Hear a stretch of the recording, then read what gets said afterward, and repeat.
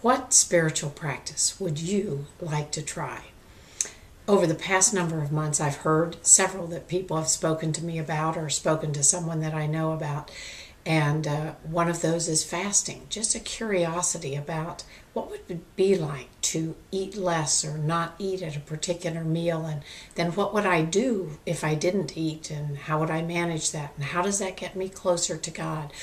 Or somebody heard about spiritual friendship and they just touched a yearning in their heart. What would it look like to companion one another and grow in their relationship with God?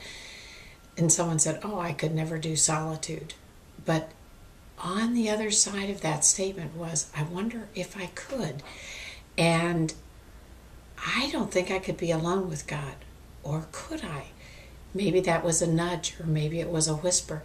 Another spiritual practice was Sabbath keeping. Now that sounds like an old word, but what would it look like for me to get off the track of work, to really be with God, to be in His creation, to be with people that God has put me in their lives, and to be with the people of God. So those are just several in that. I wonder if you've had a nudge or a whisper to try one.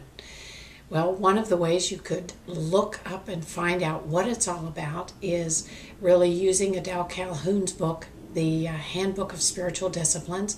You could probably find it on the internet, and then take a step into it. Try it.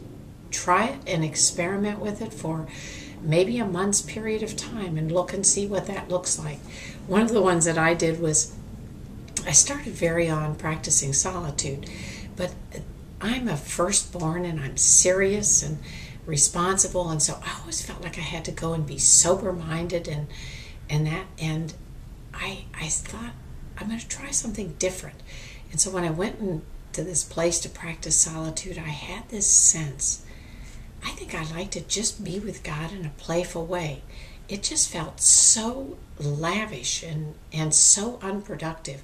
But I followed the nudge and I took a walk in creation. I noticed everything God made, and it all seemed so bright and beautiful. And I sang. I was watching little animals and water. And then I came back and thought, okay, now I've really got to get serious with God. And actually, God was just saying, I just love being with you, Sybil. There was a big hammock. And I thought, dare I go on it? And I did. And God said, good, good. I love being with you. And I looked up into the trees and just laughed and prayed. And God said, this has been a great day with you. I wonder if there's a spiritual practice you could try that would help you companion with God.